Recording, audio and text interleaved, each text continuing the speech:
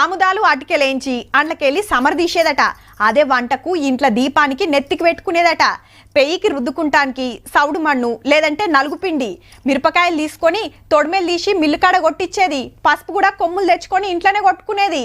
ఇప్పటి లెక్క పేస్టుల వాడకం తక్కువ. యాప పుల్ల లేదంటే బొగ్గుతోని పండ్లు దోముకునేది. అంగట్లా కుల్ల శాపతో కొనుక్కొచ్చుకునేది. అప్పటి వాడకం అట్లుంది కాబట్టే కల్తీకి కిలోమీటర్ల దూరంలో ఉన్నారు. ఇప్పుడు సోప్ టాప్ ప్యాకింగ్లు వచ్చినాక గిట్ల అవుతున్నది.